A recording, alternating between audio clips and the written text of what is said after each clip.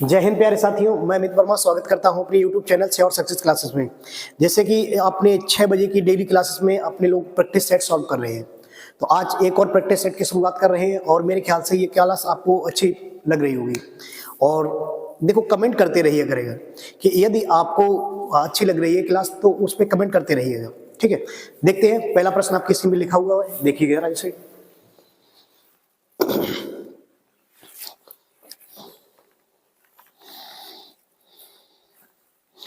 प्रश्न यह, एक तार जो 14 सेंटीमीटर त्रिज्या वाले एक वृत्त के रूप में है, एक वृत्त बनाने के लिए मोड़ा हुआ है। वृत्त की भुजा की लंबाई सेंटीमीटर में क्या होगी? पाई का मान 22/7 दिया है।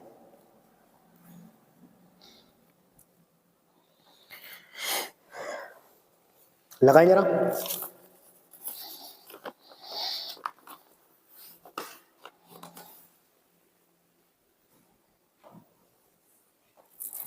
देखें, प्रश्न दे रहा है तार जो 14 सेंटीमीटर वाले त्रिज्या वाले वृत्त के रूप में है और इसे मोड़कर एक वृत्त बनाया गया। देखिए, याद रखें, अगर 2D में किसी को मोड़कर कोई आकृति दी गई है तो उनमें परिमाप बराबर होते हैं। फिर से ध्यान दें, देखें, एक 14 सेंटीमीटर त्रिज्या वाला आर बराबर कितनी है? 14 सेंटीमीटर त्रिज्या वाला एक वृत्त है। इसे मोड़कर, एक वृत्त को मोड़कर एक वर्ग बनाया गया, वर्ग, ठीक, वर्ग बनाया गया। तो याद रखें, देखो दो बात याद रखेंगे यहाँ पे। कौन सी बातें? दोनों। अगर 2D में किसी को मोड़कर कोई आकृति बनाई गई है तो उनके परिमाप बराबर होते हैं, परिमाप बराबर। और यदि 3D में किसी वस्तु को मोड़कर कोई दूसरी आकृति दी गई है तो इनके आयतन बराबर होते हैं। इनके क्या बराबर होते हैं? आयतन। 3D में आयतन बराबर होते हैं और 2D में परिमाप बराबर होते हैं। जरा ध्यान देंगे इधर। अब वृत्त को आपने मोड़ा है और क्या बना दिया? एक वर्ग बना दिया। तो वर्ग की भुजा ज्ञात करनी है। तो सबसे पहले हमें क्या निकालना है? देखो, वर्ग की त्रिज्या दी है, वर्ग की त्रिज्या नहीं, तार की वृत्त की त्रिज्या दी है। देखिए, सबसे पहले वृत्त की त्रिज्या दी है। वृत्त की त्रिज्या कितनी दी है? 14 सेंटीमीटर। वृत्त की त्रिज्या कितनी दी है? 14 सेंटीमीटर। इसे मोड़कर एक वर्ग बनाया गया है। तो वृत्त का परिमाप निकालेंगे। सबसे पहले हम क्या बोलेंगे? वृत्त का परिमाप, वृत्त का परिमाप इक्वल टू किसका परिमाप होगा? वर्ग का परिमाप, वर्ग का परिमाप, वर्ग का परिमाप। अब वृत्त का परिमाप जिन लोग छात्रों को नहीं पता वहां से रिवीजन कर ले, थोड़ा यहां से रिवीजन कर ले। वृत्त का परिमाप होता है 2 पाई r इक्वल टू क्या लिखेंगे? वर्ग का परिमाप क्या होता है? 4 गुणा भुजा। एक को क्या बोलेंगे यहाँ पे? भुजा, 4 गुणा भुजा, ठीक। क्या बोलेंगे? 4 गुणा भुजा। अब पाई का मान से बराबर कर दें। 2 पाई का मान 22/7, 22/7। त्रिज्या, वृत्त की त्रिज्या कितनी दी है? 14 centimetre, 14 centimetre equal to 4 into a, 4 into a. आपको वर्ग की भुजा ज्ञात करनी है, ठीक भाई मेरे। इधर कैंसिल आउट कर दे, 7 दूनी 14, 7 दूनी 14। अब ये हुआ 2 दूनी 4 और 2 दूनी 4 से 4 कैंसिल आउट हो गया। तो ए सिंपल से निकला है कितनी सेंटीमीटर? 22 सेंटीमीटर। कितने सेंटीमीटर? 22 सेंटीमीटर। सेंटीमीटर में दिया था तो सेंटीमीटर में, ठीक, सेंटीमीटर में ही दिया है तो सेंटीमीटर में। अब जरा ध्यान रखें, आपको इस कॉन्सेप्ट में ध्यान क्या रखना है? देखें, इस कॉन्सेप्ट में एक सिंपल सा रूल है, आपको याद रखना है। यदि 2D की किसी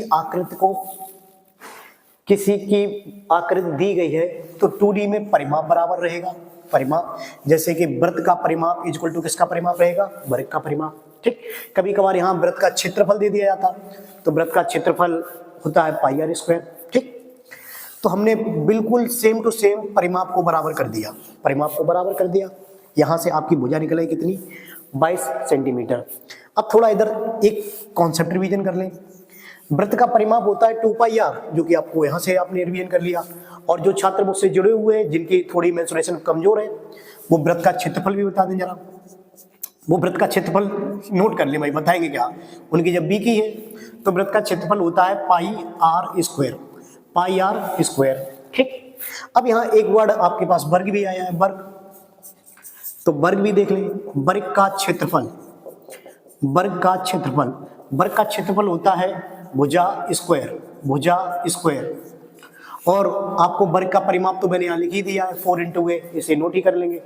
यहाँ पर एक पॉइंट और नोट कर लेंगे, वर्ग का विकर्ण, वर्ग का विकर्ण, वर्ग का विकर्ण क्या होता है? भुजा √2, भुजा √2, भुजा √2, ठीक भाई मेरे नोट कर लें अब ये तीनों के तीनों। ठीक।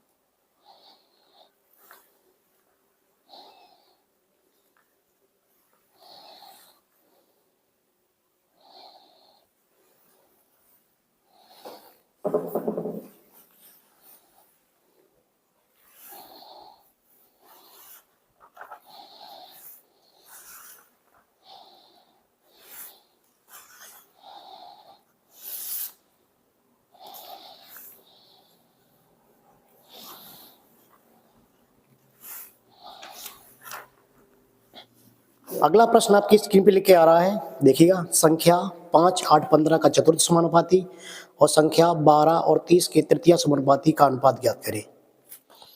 बहुत ही सिंपल प्रश्न है।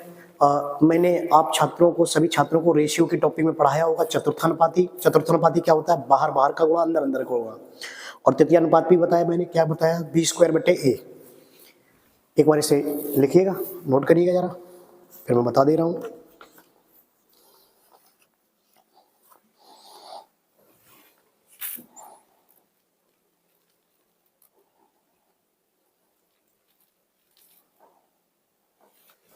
देखें, प्रश्न सिंपल सा लिखा हुआ है, 5, 8, 15 का चतुर्थांश अनुपात।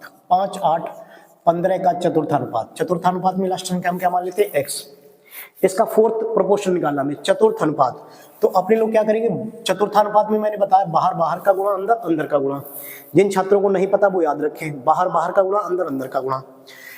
तो 5 into x is equal to 8 into 15। ठीक, तो x बराबर 8 इंटू 15/5। 5 से कितनी बार कैंसिल आउट होगा? 3 बार। तो x का मान यहां निकला है कितना? 24। ये निकला है चतुर्थानुपात। अब साइड में दिया है आपके पास 12 और 30 का तृतीय अनुपात। 12 और 30, 12 और 30 का थर्ड प्रोपोर्शनल, थर्ड। अब मैंने थर्ड प्रोपोर्शनल में क्या बताया था? b²/a भाई, या फिर मैंने बेसिक से बताया था, वो आप वीडियो देख सकते हैं वहां से जाके मेरी। एक मैंने ऐसा बताया कि b²/a, अगर आपको तृतीय अनुपात निकालना तो b²/a। अब b² मतलब पहली संख्या ये, दूसरी संख्या ये, तो b² मतलब 30 गुणा 30/a। a का मान कितना आपके पास? 12। ठीक, तो सिंपल सा कैंसिल आउट कर देंगे। 6 दूनी 12, 6 पंजे 30, और 2 से काट देंगे कितनी बार? 15 बार। तो आपका थर्ड प्रोपोर्शनल जो निकलेगा, तृतीय अनुपात, कितना निकलेगा आपका पास? 15 पंजे 75, 15 पंजे 75। लेकिन प्रश्न आपसे कह रहा है कि चतुर्थ अनुपात और तृतीय अनुपात के बीच अनुपात ज्ञात करना है। तो चतुर्थ अनुपात यानी कि फोर्थ प्रोपोर्शनल और आपके पास थर्ड प्रोपोर्शनल के बीच अनुपात ज्ञात करना है, थर्ड के बीच। तो इसकी वैल्यू कितनी निकाली अभी आपने? 24। इसकी कितनी निकाली? 24। अनुपात इसकी कितनी निकाली? 75। ठीक, इनका अनुपात ज्ञात कर ले। अगर ये कैंसिल आउट हो रहे हैं तो काट दीजिएगा। 3 से कितनी बार कटेगा? 8 बार। 3 8 24, 3 से 3 दूनी 6 और 3 पंजे 15। तो सिंपल सा आपका आंसर आएगा 8:25। 8:25। देखिए, चाहे तो देखो मैंने अलग अलग सॉल्व कर दिया जिससे कि किसी लड़के को दिक्कत ना हो। तृतीय अनुपात भी यहाँ पे सिखा दिया। तृतीय अनुपात का तरीका क्या होता है? b²/a। और चतुर्थानुपात का मतलब क्या होता है? बाहर बाहर का गुणा, अंदर अंदर का गुणा। ठीक है, तो दोनों कॉन्सेप्ट यहाँ पे रिवीजन हो गए। यहाँ से एक कॉन्सेप्ट और आता है, यहाँ से एक कॉन्सेप्ट और आता है, मध्यानुपात। मध्यानुपात, तो मध्यानुपात का तरीका क्या होता है? √ab। इसे भी नोट कर ले। 3 ही रेशियो में प्रोपोर्शन आते हैं, एक चतुर्थानुपात, एक तृतीय अनुपात और एक मध्यानुपात। तो तीनों आपके पास रिवीजन कर दिए मैंने। ठीक है, नोट कर लीजिएगा भाई मेरे।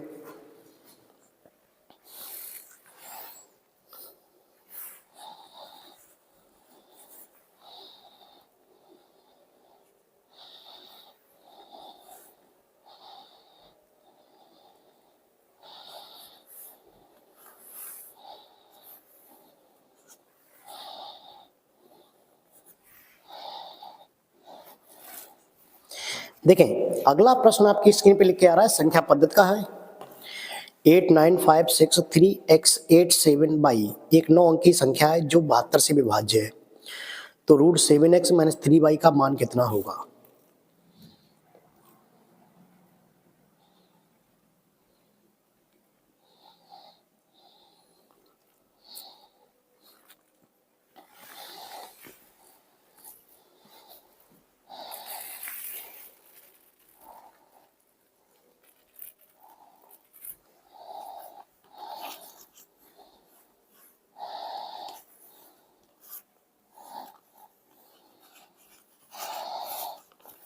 देखिए प्रश्न आपसे सिंपल सा कह रहा है 8956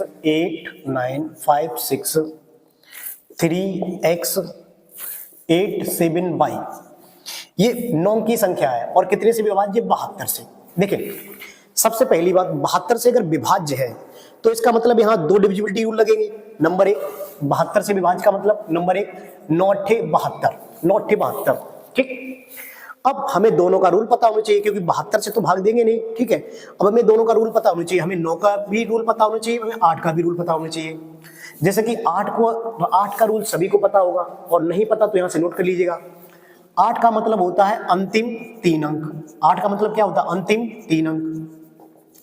और 9 का 9 और 3 का मतलब होता है अंकों का योग, अंकों का योग, ठीक। जिन्हें नहीं पता वो लिख सकते हैं। 9 और 3 का रूल होता है दी गई संख्याओं के अंकों का योग, अगर 3 बार 9 से विभाजित है तो संख्या भी 3 बार 9 से विभाजित होगी। 8 का रूल क्या होता है? अंतिम 3 अंक देख लो, 8 से विभाजित होने चाहिए, ठीक।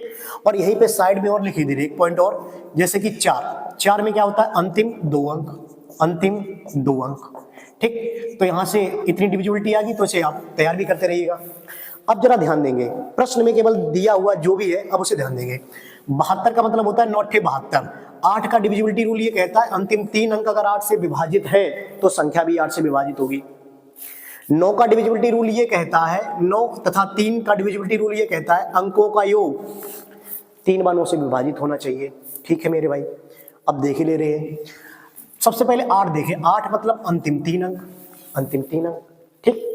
अंतिम 3 अंक जैसे ही हमने तय किए तो 8 का तो 8 एकम 8 चला गया, लेकिन यहाँ 7 था और अगली डिजिट जो 8 से कटने वाला होगा वो 8 नेम 72, 8 नेम 72। तो इसका मतलब सीधा सा फिक्स हो गया, बाई के मान पर कितना होगा? 2। देखिए भाई मेरे, फिर से सुने भाई मेरे, इधर 8 का अंतिम 3 अंक में भाग दिया, 8 एकम 8, यहाँ 7 बचा, 7 में तो भाग जाएगा नहीं, तो यहाँ कितना होना चाहिए कि 8 से कट जाए? तो 8 नेम 72, 8 नेम 72, तो बाई का मान कितना होना चाहिए? 2 होना चाहिए। बाई का मान कितना होना चाहिए? 2 होना चाहिए, ठीक। तो 8 नेम 72 कट गया, कैंसिल आउट हो गया। अब 8 के तो डिविजिबिलिटी रूल मैंने लगा दिया।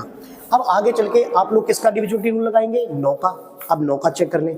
9 का होता है संख्याओं के अंकों का योग, संख्याओं के अंकों का योग। देखें जरा, ध्यान दें, संख्याओं के अंकों का योग।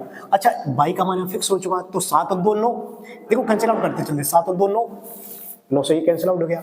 ये 8, 8 और 3 11, 11 6 कितना हुआ? 11 6 17, 17 और 5 17 5 22, 17 5 22, 22 और 8 22 और 8 30, 30 और 9 39, 39 प्लस एक्स, 39 एक second, 39 plus x, 39 plus x. देखिए फिर से जोड़ लें एक बार, फिर से देखें, ध्यान दें। 8 दूनी 16, 16 एक 17, 17 5 22, 22 और 6 28, 28 और 3, 28 और 3 कितना हुआ? 31, 31 और 8 कितना हुआ? 31 और 8 39। और ये 9 से 9 कैंसिल आउट हो गया तो मैंने हटा दिया। देखो पैसे भी 9 से जितने कैंसिल आउट होते जाते हैं उन्हें हटाते जाते हैं। यहाँ भी आप हटा सकते थे, 39 है, 9 चौके 36 हटा देते, कोई दिक्कत नहीं थी, ठीक, क्लियर। यहाँ 39 प्लस एक्स जो बचा है उसे मैंने लिख लिया, 39 प्लस एक्स। अब भाई मेरे 9 से डिवाइड होने वाली अगली संख्या क्या होती है? 39 के बाद 9 चौके 36, 9 पंजे 45, और 45 होने के लिए यहाँ x की जगह कितनी कमी है भाई मेरे? x की जगह कितनी कमी है? कितने की कमी है? 6 की कमी है। कितने की कमी है? 6 की, ठीक। कितने की कमी थी? 6 की, ठीक। तो यानी कि एक बात तो सिंपल होगी, x का मान होगा 6 और y का मान हमने पहले डिसाइड कर लिया था कितना होगा? 2। x का मान 6 और y का मान 2। आपसे सिंपल सा प्रश्न पूछ रहा है 7x माइनस 3y की वैल्यू, 7x माइनस 3y की वैल्यू। तो 7x x की जगह रख दें, 7x x की जगह कितना रखेंगे? 6, तो 7 6 का 42 माइनस 3y का मतलब 2, तो 3 दूनी 6 और 42 में से 6 गया कितना बचेगा? 36। और 36 किसका वर्गमूल होता है भाई मेरे? 6 का। किसका वर्गमूल होता है? 6 का। नोट कर लीजिएगा भाई मेरे। और आप डिविजिबिलिटी भी याद कर सकते हैं, 4 में अंतिम 2 अंक, 8 में अंतिम 3 अंक और 9 में अंतिम 9 अथवा 3 का मतलब क्या होता है? अंकों का योग, ठीक। आपके पास डिविजिबिलिटी भी आ गई, आपने प्रश्न भी सीख लिया। मेरे ख्याल से इससे बढ़िया और क्या हो सकता है भाई मेरे? इतना अच्छा प्रैक्टिस सेट चल रहा है, ठीक है, नोट कर लीजिएगा इसे।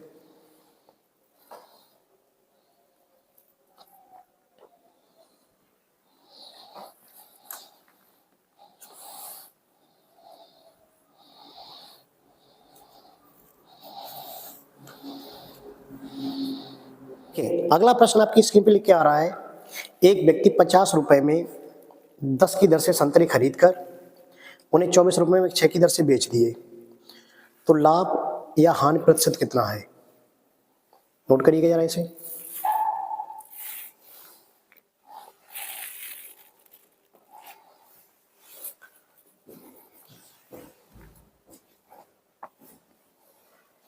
सिंपल है, बिल्कुल सिंपल तरीके से लगाएंगे। जैसा कि लिखा हुआ 50 रुपए में 40 की दर से खरीदिए,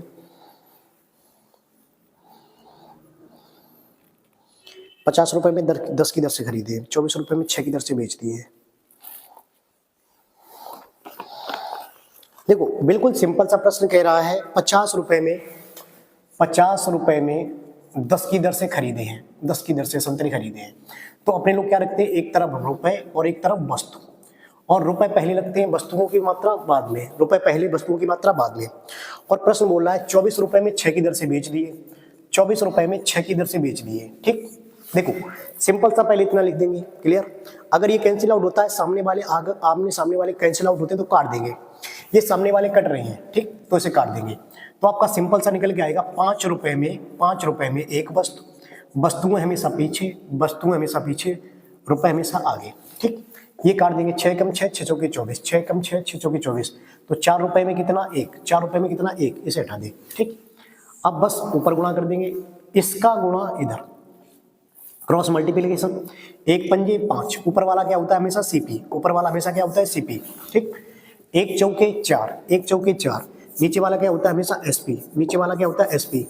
अब जरा ध्यान दें, एसपी मतलब विक्रय मूल्य और सीपी मतलब क्रय मूल्य, यानी कि 5 की वस्तु क्रय मूल्य 5 और 4 में अगर बेच दी, भैया मेरे 5 की रुपये वस्तु अगर 4 रुपये में बेच दी तो आपको कहा बहुत सीधी सीधी बात है, हान भैया।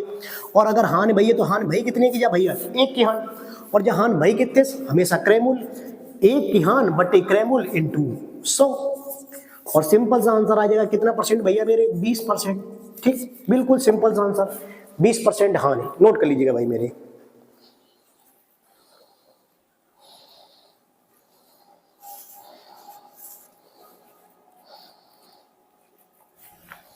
नोट कर लीजिएगा।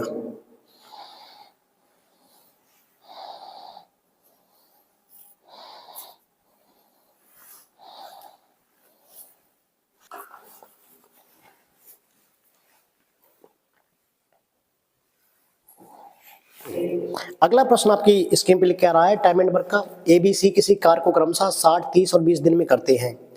यदि ए को कार में प्रत्येक 5वें दिन बी और सी का साथ मिले तो वह कार कितने दिन में हो सकता है? बहुत ही शानदार प्रश्न है, लगाइएगा जरा एक बार। और मेरे ख्याल से आज के जो क्वेश्चन है वो थोड़े सही हैं, सही ढंग के भी है, ठीक है, थोड़ा मॉडरेट लेवल का है, बाद बाकी नॉर्मली है पूरा, ठीक है। आप लगाते रहिएगा, कई प्रश्न अच्छे भी आ रहे हैं, कई प्रश्न सिंपल भी आ रहे हैं, आप लगातार लगाई रहिए। मैं भाई जब तक साथ हूं ना तुम्हारे, तब तक क्या डरने की दिक्कत है, ठीक, आप लगाइएगा।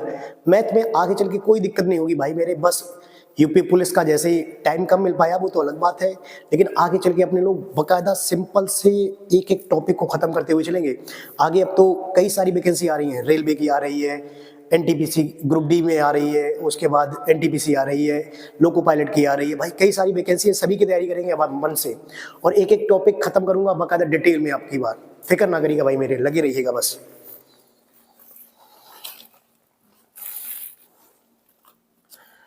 एबीसी किसी काम को क्रमशः 60, 30 और 20 दिन में कर रहे हैं, देख लीजिए जरा। ए 60 दिन में, बी कितने दिन में, 30 दिन में, और सी कितने दिन में कर रहा है, 20 दिन में, ठीक। और ए के प्रत्येक 5वें दिन बी और सी मदद कर रहे हैं बारी बारी से, तो ये प्रश्न कौन सा हुआ, बारी बारी वाला प्रश्न। देखो बारी बारी वाले प्रश्न लगाते कैसे, सबसे पहले लासा कितना आएगा 60, तो 60 एकम 60, 30 दूनी 60 और 20 तियां 60। सबसे पहले मैंने इनकी क्षमता निकाल ली, ए की क्षमता कितनी है 1, बी की कितनी 2 और सी की कितनी 3। सबसे पहले अपने लोगों ने क्षमता निकाल ली, ठीक है। अब प्रश्न आपको कह रहा है ए को कार्य में प्रत्येक 5वें दिन बी और सी की मदद मिलती है। अरे भैया मेरी बात सुने जरा, जब 5वें दिन बी और सी की मदद मिली तो 4 दिन तक ए ने क्या किया भाई मेरे, 4 दिन तक अकेले काम किया होगा। अरे ऐसे समझे भाई, 4 दिन तक मेरे साथ 5वें दिन कोई 2 लोग और मदद करने के लिए आ रहे हमारी, ठीक। मान लो हम पहले दिन तो मैथ ही पढ़ा रहे केवल, 5वें दिन अगर मान लो जीएस और हिंदी वाले पढ़ाने के लिए आ जाए, तो उसका मतलब क्या भाऊ, 5वें दिन मतलब हमें 4 दिन तक क्या करने पड़े, अकेले काम करने पड़े। 4 दिन तक कितने काम, अकेला काम। तो भैया मेरे में ए लगे रहे कै दिन तक भाई मेरे, 4 दिन तक, 4 दिन तक। और हमारी भैया क्षमता कितनी है, 1, हमारी क्षमता कितनी है 1। तो हमने टोटली 4 दिन में कितना काम कर पाओ, 4, कितना काम कर पाओ 4। अब जैसे ही 5वां दिन हुआ, देखो 4 दिन तक तो जो काम करते रहे 4 दिन, जैसे ही 5वां दिन आया तो ए के साथ कौन और आ गया, ए और बी और सी, ए के साथ बी और सी और आ गए। 5वें दिन भाई मेरे ए के साथ बी और सी और आ गए, बी और सी। तो जरा चेक कर लें 5वें दिन कितना काम होगा, 3 और 2 5 और 1 6, 6 काम हो जाएगा। यहाँ 6 आगे लिखे दे रहे भाई, 5वें दिन 6 काम हो जाएगा क्योंकि तीनों की क्षमता है कितनी, 3 और 2 5 और 1 6। तो अब आपके पास एक प्रोसेस खत्म हो गई, साइक्लिक प्रोसेस खत्म हो गई। मतलब 5वें दिन बी और सी मिल गए थे, तो 5वें दिन जैसे बी और सी आए उन्होंने टोटली 6 काम किया।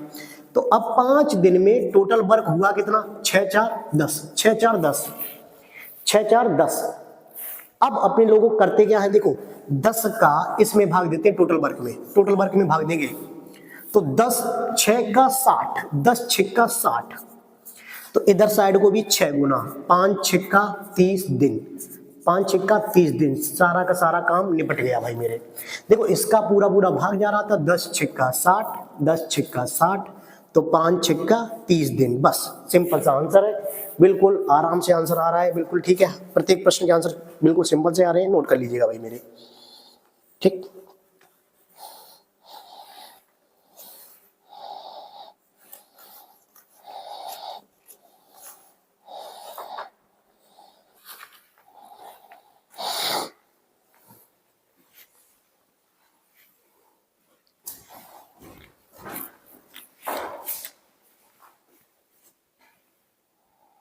अगला प्रश्न देखें, प्रश्न बड़ा अच्छी दिया है।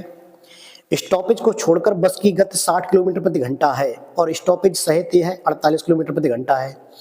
बस प्रति घंटे कितने मिनट के लिए रुकती है?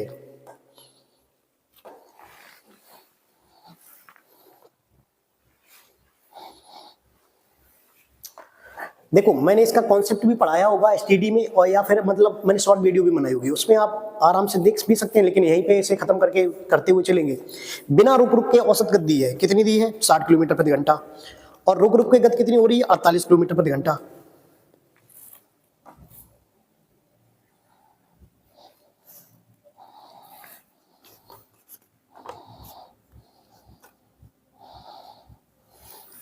देखिए बिना रुके गति कितनी दी है 60 किलोमीटर प्रति घंटा, बिना रुके, बिना रुके, ठीक। और रुक रुक के दे रही है, रुक रुक के कितनी हो रही है, रुक रुक के 48 किलोमीटर प्रति घंटा।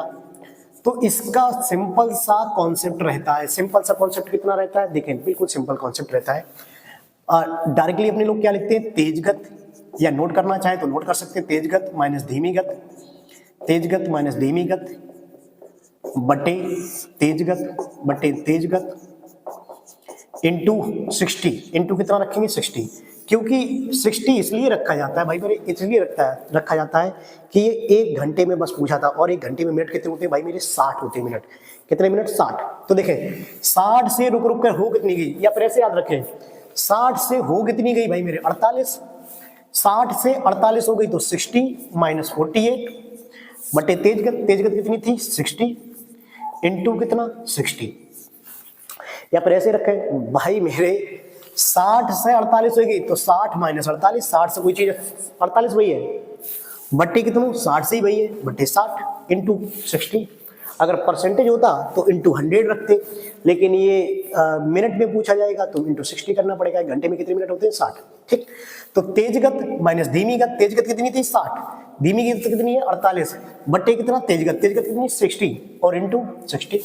भाई 60 से 60 कैंसिल आउट हो गया तो 60 में से 48 गया, सिंपल सा आंसर आ जाएगा कितना मिनट 12 मिनट। बस नोट डाउन, कोई दिक्कत ही नहीं है, इतना याद रखना। 60 से रुक रुक बिना रुके थी कितनी 60, रुक रुक के हो कितनी गई 48, तो 60 में से 48 गया बट्टे 60 से हुआ है, और मिनट में पूछा जाएगा इंटू 60, बस नोट डाउन। इसके साथ साथ आप कॉन्सेप्ट भी ये नोट कर सकते हैं, कॉन्सेप्ट हमेशा रहेगा तेज गति माइनस धीमी गति बट्टे तेज गति इंटू 60।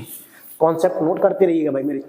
जो 10 प्रैक्टिस सेट सॉल्व करा दिया ना मैंने, अगर पेपर मॉडरेट हुआ तो देख लेना आप, क्वेश्चन इधर ना उधर, यहीं से होगा।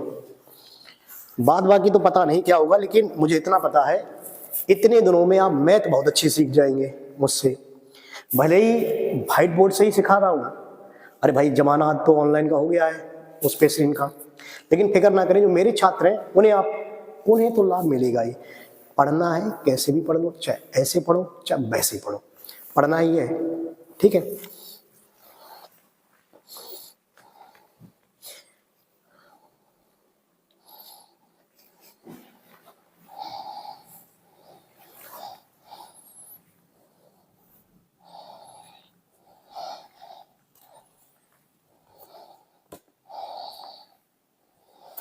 देखिए अगला प्रश्न आपकी स्क्रीन पे लेके आ रहा है, 7800 की राशि को ABC में इस प्रकार विभाजित किया जाता है कि B का हिस्सा A के हिस्से का 1/3 है और C का हिस्सा B के हिस्से से 20% अधिक है, तो A का हिस्सा ज्ञात करें।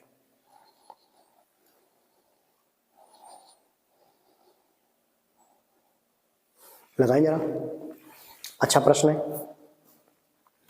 देखो रेशियो के टॉपिक में रूल याद होना चाहिए, मैंने रूल बताया होगा कि जहां पे खत्म हुआ वहां से स्टार्ट होना चाहिए।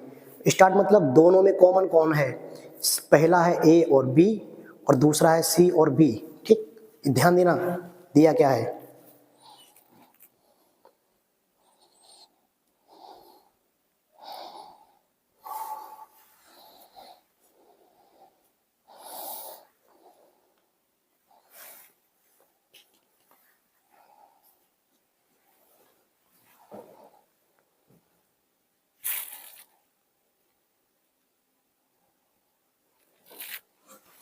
देखिए प्रश्न दिया है बी का हिस्सा ए के हिस्से का 1/3 है। देखिए अच्छा, तो अपने लोग क्या करेंगे, देखो अगर देखो लास्ट वाले में सी और बी है तो अपने लोग इसे सही तरीके से लिख लेंगे। टोटल रुपए कितना है 7800, रुपए कितने 7800, ठीक 7800 रुपए।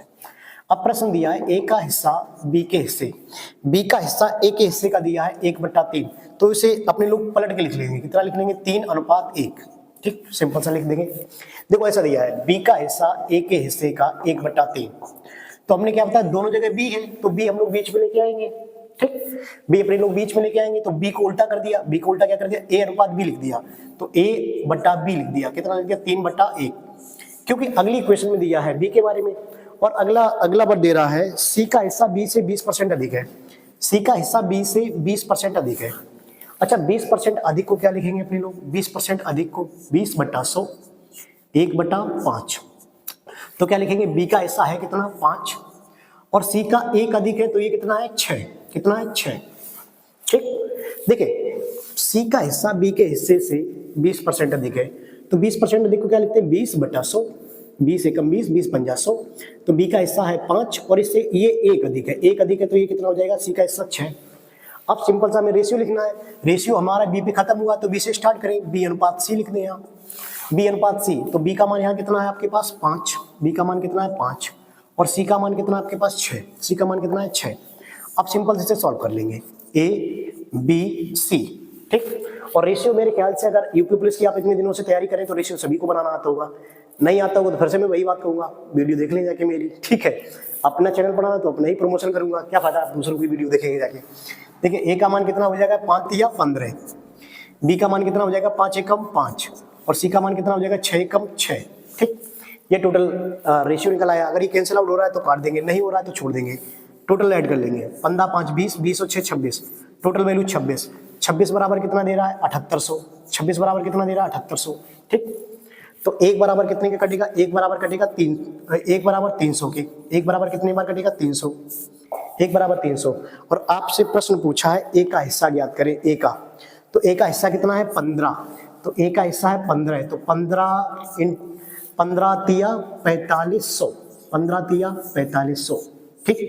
नोट कर ले भाई मेरे, केवल हमें रेशियो बनाना था, यहाँ बी और ए का हिस्सा दिया था तो हमने बीच में बी कर लिया, क्योंकि हमें रेशियो निकालने के लिए जिस पे खत्म करते हैं, जिस पे खत्म होता है वहीं से शुरुआत रहती है, ठीक। और दोनों जगह कॉमन कौन था बी, तो हमने बीच में भी रख लिया, ठीक। इतना दिया हुआ था तो ए का हिस्सा आ गया 4500, नोट कर लीजिएगा भाई मेरे।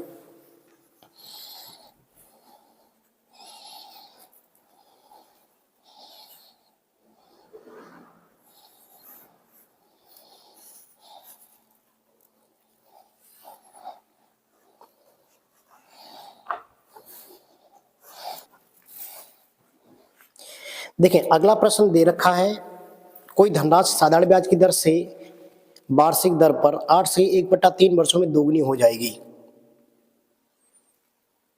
किस वार्षिक दर से 8 से 1/3 वर्ष में दोगुनी हो जाएगी? ठीक है, लगाइएगा। बहुत ही अच्छा प्रश्न है, साधारण ब्याज का प्रश्न है, लगाइए। इसके साथ साथ अपने लोग साधारण ब्याज का कॉन्सेप्ट भी सीख लेंगे।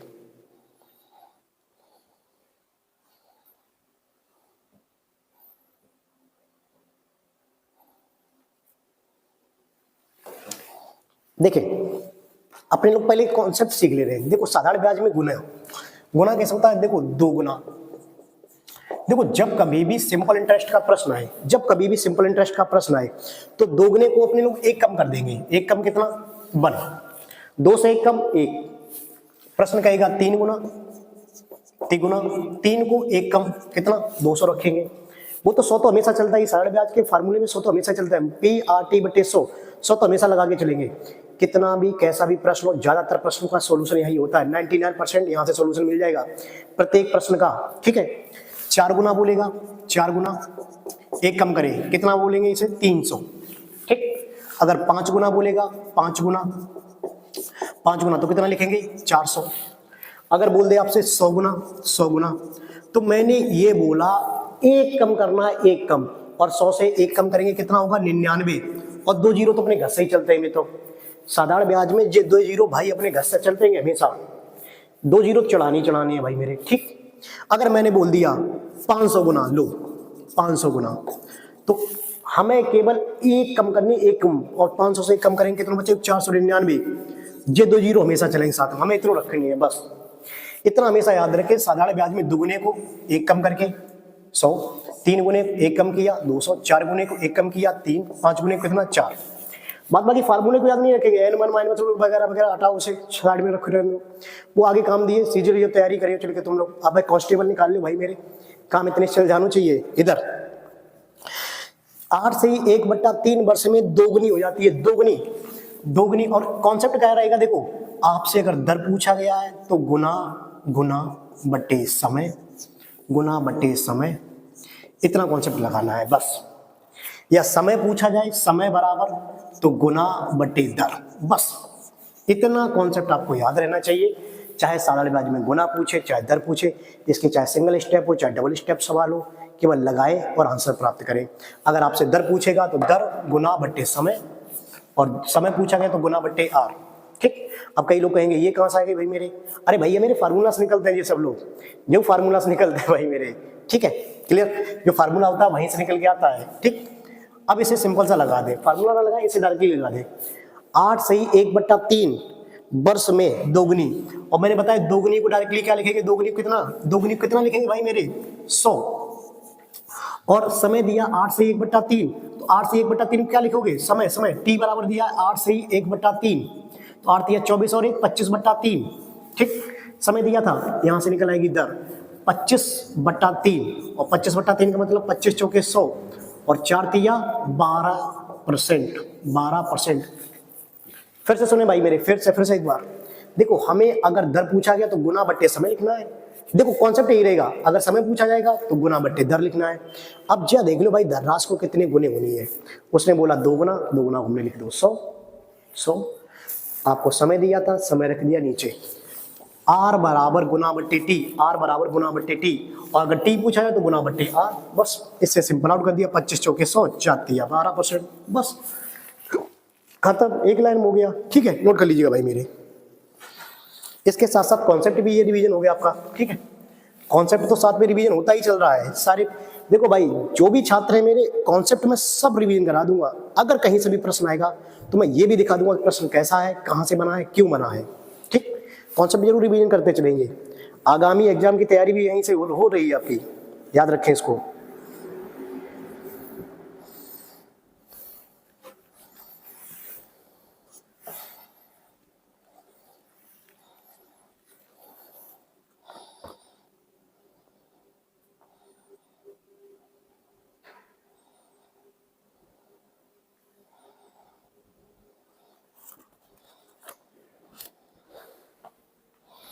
देखिए अगला प्रश्न दिया है आपके स्क्रीन पे, यदि किसी संख्या का 30% उस संख्या के 60% से 15 कम है तो वह संख्या ज्ञात करें। बहुत ही सिंपल प्रश्न है, लगाइएगा।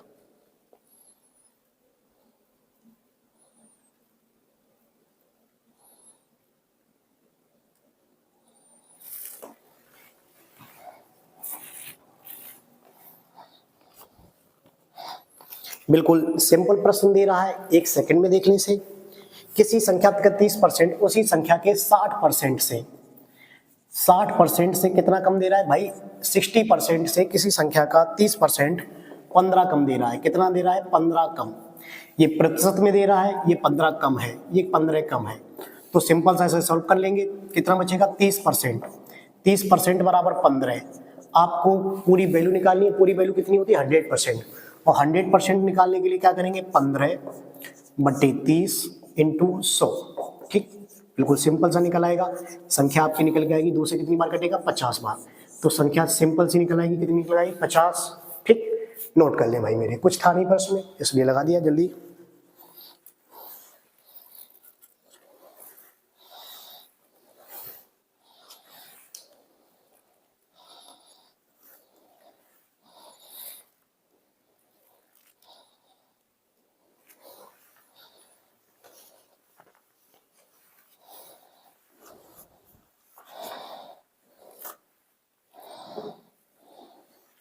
अगला प्रश्न दे रहा है, एक वस्तु रुपए 1800 में एक वस्तु को बेचकर मिला लाभ उस लाभ की तुलना में 3 गुना है जो इसे 1350 में बेचकर प्राप्त होता है। क्रय मूल्य ज्ञात करें।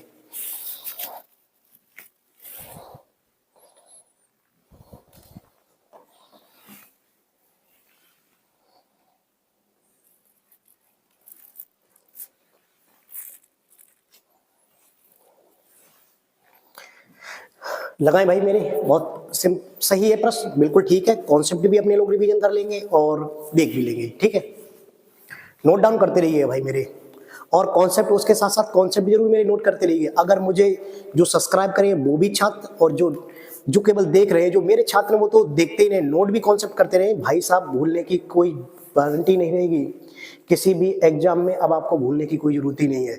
मैथ को कवर करिएगा, यहाँ से लगातार करते रहिएगा, मैं डायरेक्टली रहूंगा आपके साथ। देखिए प्रश्न दे रहा है, एक वस्तु को 1800 में बेचकर मिला लाभ। देखिए सुने जरा, इस तरीके के मैंने अगर प्रश्न कराए हो तो आपके पास यहाँ सीपी, ये सीपी क्या रहेगा? बीच में। एक वस्तु को 1800 में बेचकर, एक वस्तु को 1800 में बेचकर मिला लाभ। अच्छा, 1800 में बेचा तब भी लाभ मिला, और लाभ को सीपी तक जाने के लिए क्या करना पड़ता है? घटाना पड़ता है। क्या करना पड़ता है? घटाना पड़ता है भाई मेरे। फिर से सुने, 1800 में बेचकर मिला लाभ, यहाँ कोई लाभ हुआ है और लाभ को सीपी तक पहुंचाने के लिए घटाना पड़ता है। उसी वस्तु को 1350 में बेचने से मिले लाभ का 3 गुना है। 1350 में बेचने से यहां भी क्या हुआ आपको? लाभ। उस लाभ से ये 3 गुना है, लिख गया भाई मेरे। 1350 में जब बस किसी वस्तु को बेचा, उस लाभ से ये लाभ 3 गुना है। लाभ को क्रय मूल्य तक ले जाने के लिए क्या करते हैं? घटाना पड़ता है। क्या करना पड़ता है? घटाना। कई लोग कहेंगे भैया कैसे, झुका हो भाई मेरी बात। देखो सुनो भाई, सीपी आपको मान लो 500 रुपया है। कितना है? 500। ठीक, अब मैंने कह दी जब वस्तु को 540 में बेच दो, तो आपको सब पता है का भैया लाभ। और अगर हानि होती तो क्या करनी पड़ती? घटाने पड़ती। क्या करना पड़ता भाई मेरे? घटाने पड़ता। जैसे मान लो इसे अगर हम 440 में बेच देते तो यहाँ हानि होगी, सीधी सी बात है। क्रय मूल्य कितना है? 500। ठीक, 500। कई लोग जो पहली बार देख रहे हैं उनके लिए बोल रहा हूँ, बाद बाकी तो सभी को ज्यादातर लोगों को आ ही रहा होगा। क्रय मूल्य कितना? 500। अगर 540 में बेच दो का वो लाभ, हमने की लाभ को क्रय मूल्य तक ले जाने के लिए घटाना पड़ेगा। कितना घटाना पड़ेगा? 40। और हानि को क्रय मूल्य तक ले जाने के लिए क्या करना पड़ेगा? जोड़ना पड़ेगा। कितना जोड़ना पड़ेगा? 40। तो मैंने इतना बताया भाई मेरे, लाभ को क्रय मूल्य तक पहुंचाने के लिए घटाना पड़ता है और हानि को क्रय मूल्य तक ले जाने के लिए जोड़ना पड़ता है। और दोनों जगह लाभ ही लाभ है। 1800 में बेचने से प्राप्त लाभ हुआ तो घटाना पड़ेगा। 1350 में बेचने से प्राप्त लाभ का 3 गुना है। ये वाला लाभ इधर वाले से 3 गुना, तो यहाँ 1 मान ले रहे, यहाँ कितना हो जाएगा? 3। दोनों जगह लाभ है। समान चिन्ह घट जाते हैं। समान चिन्ह मैंने कितनी बार बताया भाई मेरे? समान चिन्ह घटेंगे और माइनस माइनस होता तो भी क्या हो जाता, घट जाएंगे। लेकिन विपरीत चिन्ह, एक बार प्लस एक बार माइनस, ये हमेशा क्या होते हैं, जुड़ जाते हैं। क्या हो जाते हैं, जुड़ जाते हैं। लाभ हानि के कॉन्सेप्ट में कई बार बताया हुआ कि विपरीत चिन्ह जुड़ते हैं और समान चिन्ह घट जाते हैं। ये 3 और 1 घट के कितना बचेगा, 2। घट के कितना बचेगा, 2। ठीक, 2 बराबर ऊपर अंतर कितने का, 0। 9 में से 5 गया, 5 बचे, नहीं 10 में से 5 गया, 5 बचेगा। ठीक, यहाँ बचा 7, 7 में से 3 गया, कितना बचेगा, 4। 7 में से 3 गया, कितना बचेगा, 4। बस इसे कैंसिल आउट कर दें, कैंसिल आउट कर देंगे, 2 दूनी 4, 2 दूनी 4, 2 पंजे 10, यानी कि 1 की वैल्यू किसके निकल के आएगी, 1 की वैल्यू निकल के आएगी 225। अब क्रयमूल्य निकालने के लिए फिर से सुनिए, क्रयमूल्य निकालने के लिए या फिर 225 में जोड़ दे, इसमें घटा दे, भाई लाभ है यहाँ भी घटाना पड़ेगा, तो आप सिंपल सा लिखेंगे 1350 में से 225 घटा देंगे। 225 घटा देंगे तो सिंपल सा आंसर आएगा 5। 5 में से नहीं, 10 में से 5 गया, 5 बचेगा। 4 में से 2 गया, 2 बचेगा। 3 में से 2 गया, 1 बचेगा और ये 1, आंसर आएगा सिंपल सा 1125। और या फिर आप इधर गुणा करते 3, तो 3 को गुणा करे हो तो वैसु संख्या और बड़ी, क्यों गुणा करे हो, गुणा करे हो फिर 1800 में से घटे हो, तो आंसर कितना है, 1125 ही है। आंसर कितना आएगा, 1125। इधर वाले को मैंने घटा दिया है, इधर वाले को 1350 में, 1350 में 1 लाभ हुआ, लाभ को घटाया जाएगा और 1350 में 225 से घटाए जाएंगे, आंसर आएगा 1125। नोट कर लीजिएगा भाई मेरे, और ये कॉन्सेप्ट भी नोट कर लीजिएगा, जो मैंने बताया ये तो एक्स्ट्रा फैक्ट है, और साथ ही साथ अगर लाभ लाभ होता है तो घट जाता है, हान हान तो घट जाती है, और अगर विपरीत चिन्ह होते हैं तो हमेशा क्या हो जाएगा, जुड़ जाएगा। क्या हो जाएगा, जुड़ जाएगा। नोट कर लीजिएगा भाई मेरे, ठीक।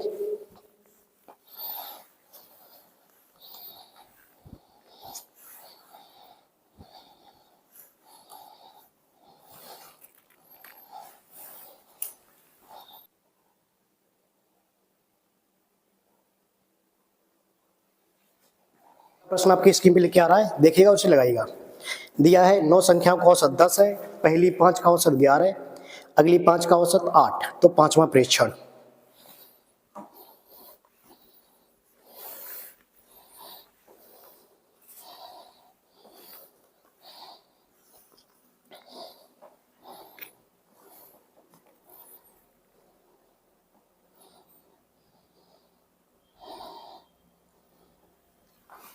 बहुत ही सिंपल कॉन्सेप्ट है, इसका एक बेहतरीन कॉन्सेप्ट मैंने और 20 दिन की 40 कॉन्सेप्ट में डाला है।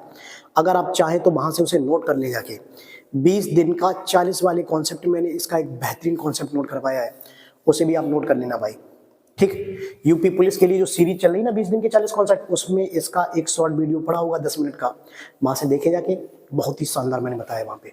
यहाँ पे डायरेक्टली बेसिक्स लगा देंगे। अरे भैया मेरे बेसिक्स लगा लो, कांस्टेबल वाले हैं, कैसे बेसिक्स, देखो 9 संख्याओं का औसत कितना है, 10 संख्या है 9, क्योंकि सिंपल है ना इसलिए हमें गुणा आता है वो, 9 संख्या का औसत 10, तो 9 ढाई 90, जोड़ 90 हो गया। पहली 5 का औसत 11, पहली 5 का औसत 11, तो 11 पंजे 55, जे लो भाई। अगली 5 का औसत 8, तो 8 पंजे 40, जे टोटल जोड़ लो, टोटल जो कितना होगा 5, 5 और 4 9, 95 होगा, ऊपर वालों है कितना 5, ये तो सिंपल है, ठीक। देखो भाई मेरे सुने, 9 का औसत कितना दिया है 10, तो 10 ने 90, पहली 5 का औसत 11 है, तो 11 पंजे 55, अंतिम 5 का औसत 8, तो 8 पंजे 40, टोटल ये कितना हुआ 5, 5 और 4 9, 95, और इसका अंतर जो बीच की संख्या रहेगी 5वीं संख्या, वो कितनी निकल आएगी 5, बस खत्म भाई। और अगर इसका अच्छा बेहतरीन कॉन्सेप्ट हो सीखना, और कई सारी संख्या दी होंगी, वहां से मैंने 20 दिन के 40 कॉन्सेप्ट में डाला है, वहां पे एक बार नोट करिएगा जाके आप, वहां से मजा आ जाएगा आपको।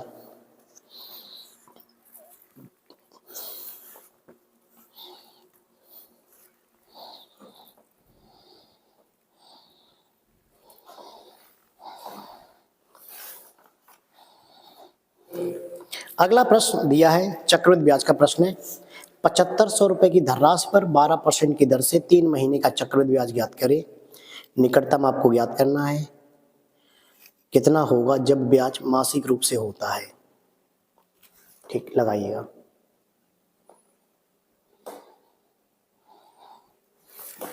इस तरीके के कॉन्सेप्ट की मैं एक सीरीज और बनाऊंगा, आप फिक्र ना करिए। मासिक, 4 मास, पंचमास, 6 मास, अर्धवार्षिक, इस तरीके 6 मास मतलब अर्धवार्षिक, त्रैमासिक, ठीक है।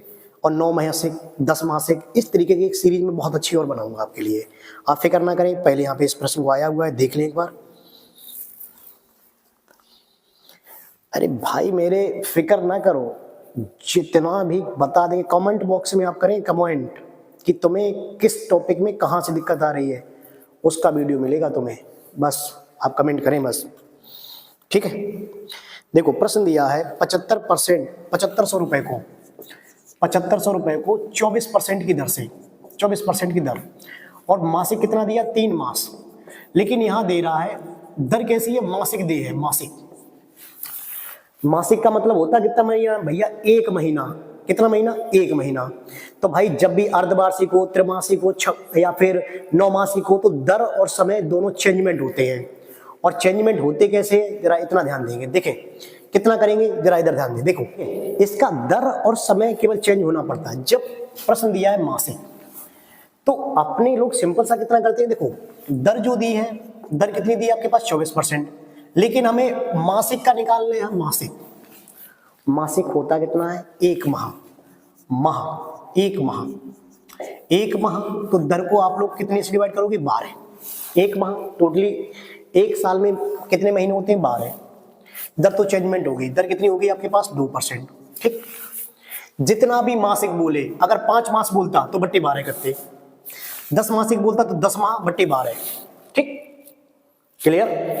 देखो फिर से सुने भाई बड़ी, अगर प्रश्न बोलता 3 मासिक तो 3/12, 3/12, बोलता 6 मासिक तो 6/12। भाई 6/12, 6/12 मतलब 1/2, तभी तो आप लिखते हो अर्धवार्षिक में दर का आधा, समय का दोगुना। अर्धवार्षिक 6/12, 6/12 मतलब 1/2। यहाँ देखें 1/12, जितना भी मासिक दिया है ऊपर बट्टे 12 से डिवाइड करके लिख लो। समय को, समय को आप लोग बोलते हैं अर्धवार्षिक में, समय को बोलते हैं दर का आधा, समय का दोगुना। वो दोगुना कब होता है, ये देखें इधर, देखें शायद 3 मास दिया है, 3 माह, ठीक, और इसमें दिया कितना, 1 माह। समय को 1 माह से डिवाइड किया, लेकिन इंटू कितना करेगा, 12, 12 माह। तो 12 3 36 माह, और 36 माह एक्चुअली में कितने साल होते हैं, ये 3 साल। कितने साल होते हैं, 3 साल। भाई दर, दर में उतने से भाग देते हैं और समय में उतने का ही गुणा कर देते हैं। 1/12 का गुणा करेंगे, 1/12 का गुणा करेंगे, 12 पहुंच जाएंगे ऊपर। तो 12 3 36 माह, 36 माह एक्चुअली में कैसे साल हो गए, 3 साल। अब ये प्रश्न नई तरीके से बन गया, 7500 रुपए से, 7500 रुपए पर 2% की दर से 3 साल का CI ज्ञात करें, 3 साल का CI ज्ञात करें। और 3 साल का CI सिंपल रहता है, कैसे, आप बेसिक तरीके से निकाल लेते हैं। देखो 2% को लिखेंगे नहीं, 50-51 नहीं लिखेंगे, 50-51 होगी तो 51 का वर्ग ही नहीं पता, तुम्हें घन ही नहीं पता होगा।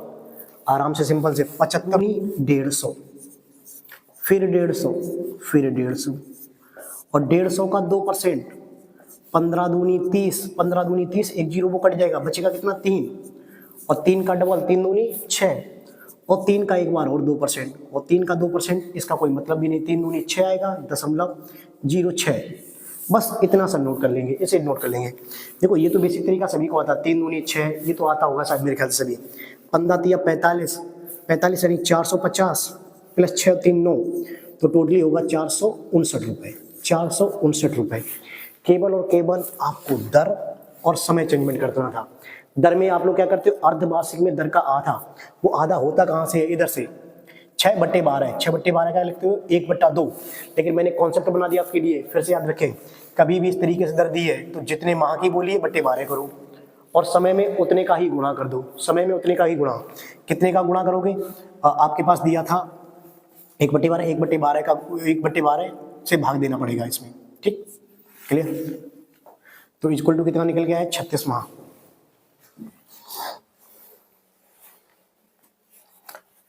टोटल 459 रुपये, नोट कर ली।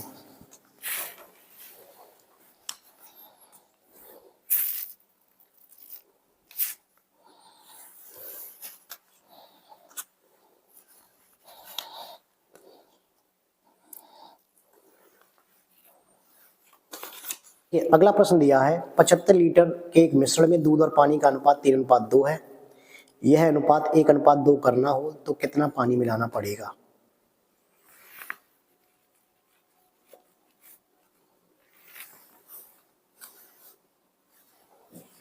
लगाएं जरा, बहुत ही सिंपल प्रश्न है। कई लोग ये बोल रहे हो कि भाई इनके लिए सब सिंपल ही है। भाई नहीं, मैंने पढ़ाया है ना, इसलिए मुझे पता है, लेकिन फिर भी जिन्हें टफ लग रहा है वो आराम से लगाएं, सीखते भी चलें। सही प्रश्न है कुल मिला के, ठीक है। 75 लीटर मिश्रण में दूध और पानी, देखने 75 लीटर मिश्रण है, दूध और पानी, दूध और पानी किस अनुपात में है? 3:2। तो अपने लोग सिंपल सा लिखेंगे, 3 और 2 टोटल वैल्यू कितनी है? 5। 5 बराबर कितना दे रहा है आपके पास? 75। तो 1 बराबर 5 एकम 5, 5 पंजे 25, 1 बराबर कितना है? 15। देखो बेसिक से लगा दे रहे भाई, इसका अनुपात इधर उधर नहीं करेंगे, बिल्कुल बेसिक से लगा दे रहे हैं जैसे लगाया करते हैं। देखो इधर, तो इसमें दूध होगा कितना? 15 तिया 45 दूध बटे पानी कितना होगा? पानी 15 दूनी 30, 15 दूनी 30, ठीक। अब प्रश्न बोल रहा है इसमें कितना, क्या बोल रहा था भाई मेरे प्रश्न? यह यदि यह अनुपात 1:2 करना हो तो कितना पानी मिलाना पड़ेगा? आपको प्रश्न पानी मिलाने के लिए बोला गया पानी, तो पानी सिंपल सा मिलाना पड़ने की बात करें तो पानी को हमने कुछ मिला दिया। ये लो भाई, बेसिक से लगा ले, नहीं तो तरीका और भी कई सारे हैं, मैं आगे चल के बताऊंगा। पानी हमने कुछ मिला दिया और अनुपात कितना हो गया इसका? 1:2, 1:2। तो सिंपल सा इसे सॉल्व कर लेंगे, 2 का गुणा इधर, 1 का गुणा इधर, 30 + x = 45 दूनी 90। तो x बराबर हमने कितना मिलाया? 60 लीटर, ठीक। बिल्कुल सिंपल सा निकाल ले रहे हैं, बेसिक से लगा दिया है, बिल्कुल बेसिक, कुछ नहीं करना भाई मेरे, नहीं तो अभी चाहता तो उड़ जाता ये प्रश्न भाई मेरे। आप बेसिक से लगा लीजिएगा, सही रहेगा आपके लिए, फायदा रहेगा, ठीक है। नोट कर लीजिएगा इसे भी आज।